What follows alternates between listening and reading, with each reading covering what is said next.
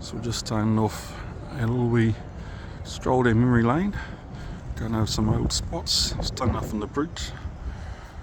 So the bridge is pretty much the same. When you pan around, what's changed since the quakes? Hugo Boss and Sergio's in the corner there. Sergio's was down Manchester Street and then moved to Mirabelle Mall. But that would have been the National Bank building, which in the end had a night and day under it, which was very, very popular. Down here is where Oxford Terrace would have been, or the start of it as you come in to the city. It was a taxi rank, so roughly where that tree is would have been the grass line, and here would have been a road, and that's silver in this end, where its wheels end at the back there. That would have been the edge of the footpath, so still would have been quite a wide road, and there was a loading zone there, so you could get off around about here. I think it stopped, then it turned to one way.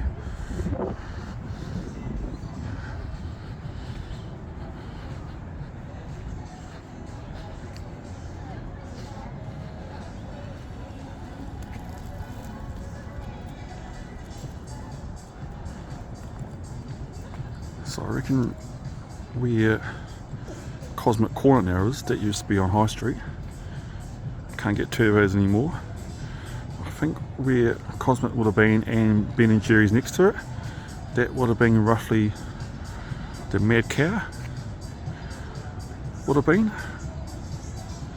So I'm pretty sure it went National Building, the White Apartments, driveway, Mad Cow. Now that's where Lindsay Williamson's old Harley Davidson shop would have been. I'm pretty sure is where the Mad Cow went into, because that would have been a long building, and Mad Cow went all the way down the back. Of course, he had the bar in the corner down there, which was Work Pub towards the end there. And there was a few female clothing shops, and of course above the place in the corner was Corner Pockets, I think, the pool place. God bless Corner Pockets.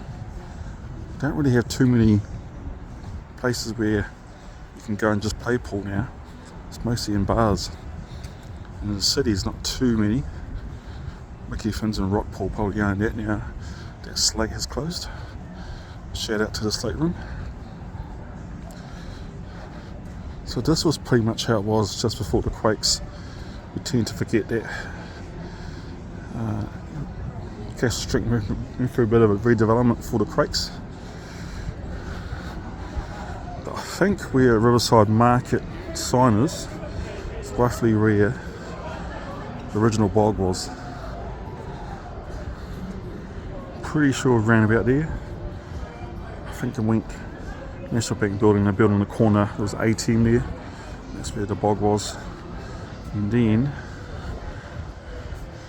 the Miniso is roughly just before it's where Cafe Bleu would have been. And of course on the corner was Tap Room, or Espresso's 124. It's quite a long bar. Here's a little wee insight into your history for you. This alleyway coming up, that was the alleyway that was between Espresso's and Cody's, which they then used for extra spacing at Cody's.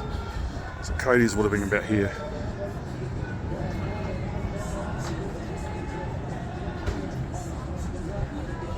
Cody wasn't the biggest bar, it's right next to it.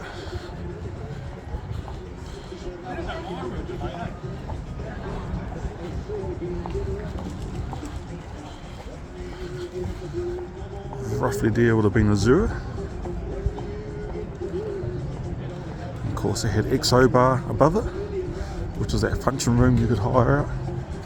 Actually had a going away party up there. It's a good place.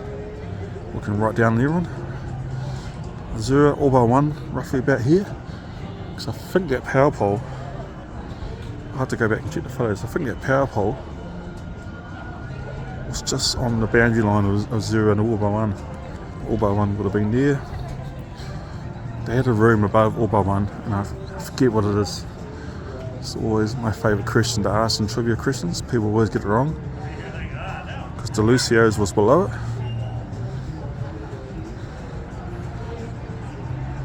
And then you had Viaduct. Of course, it was Bangalore Polo Club towards the end there, about here. And again, these alleyways can give you a bit of knowledge where you are. This alleyway was actually here because you could go down the back to the car parking area, and if you talk to the used car dealers who made the strip famous in the late 90s, early 2000s, talking about your old school second-hand car dealers, some of the new ones, all the legendary names now who are getting on years, they used to park their Range Rovers and Jaguars, Mercedes and BMWs down the back there at about 5 o'clock at night, party on up, making all that good coin, and then pick it up next day or early in the morning on the way to work. So there's a car park there. I think I had about 20 car parks, but it was pretty dark, the alleyway, not like now. And of course, Boulevard must have been bigger than what I thought. So Boulevard would have been there.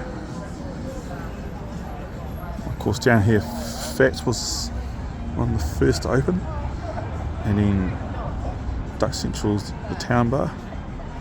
Chihuahua followed after that.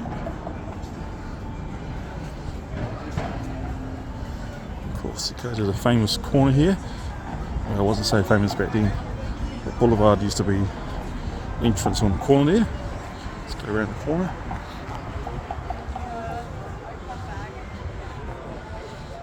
Rockpool and Mickey Finn's are stored here.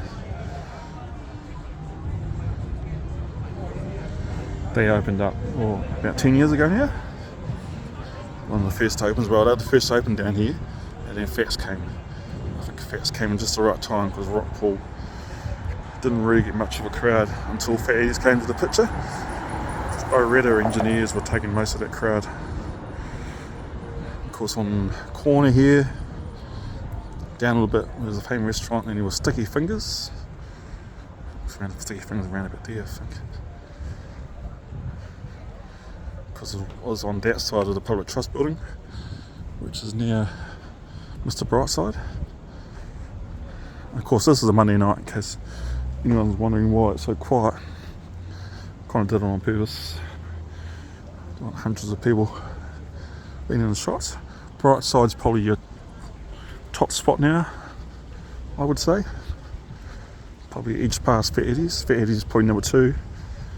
Sin will be number 3. And that's overall in terms of making money, notoriety, being in a cool spot. I put Church at 4. There's a scramble for 5. I would say Bogwan to top that. So Inkster and Oxford Group probably got the lion's share of the community at the moment. And then the reason why I stopped here for, Holy Grail wasn't really open towards the end there. That's in that space over there. But that will be, there's a corridor down to Ivy Bar. I don't remember Ivy Bar. Ivy Bar was a small dance bar. It was in an arcade. And I think it was Clarendon Arcade. Clarendon Towers Arcade maybe. The Ivy Bar was down about there. And I didn't venture any much. Didn't have to go that way. Ridges Hotel. The Bard was around the corner. There's a Chinese restaurant slash bar next to Doll's House. And of course you had My Bar around the corner area as well.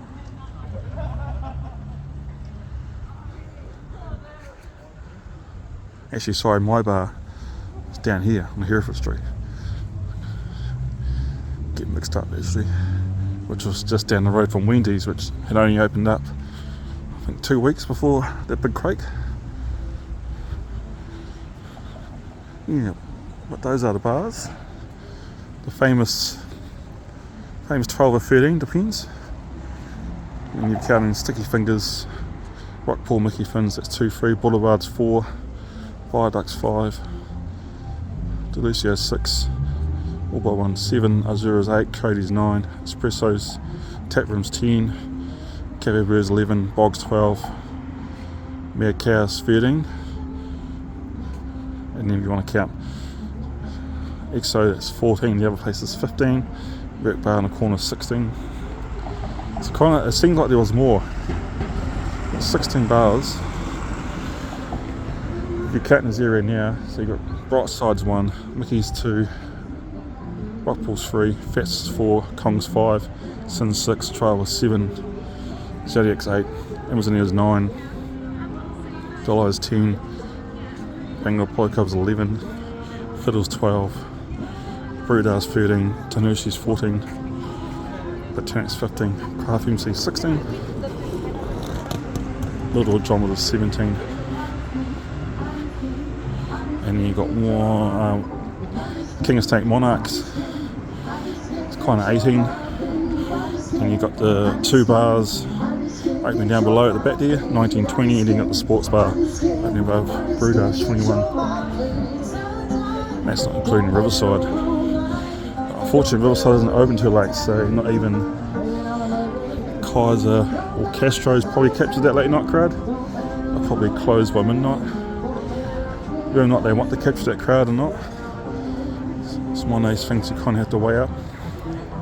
Castro should open it up and just have a kind of Latin dance feel to it at night. But it's easy to spend someone else's money when you don't have to be accountable for it. But yeah, they reckon average night out in Christchurch pre-Crakes 60,000.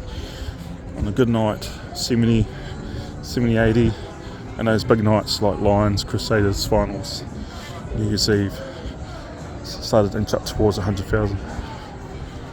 So yeah,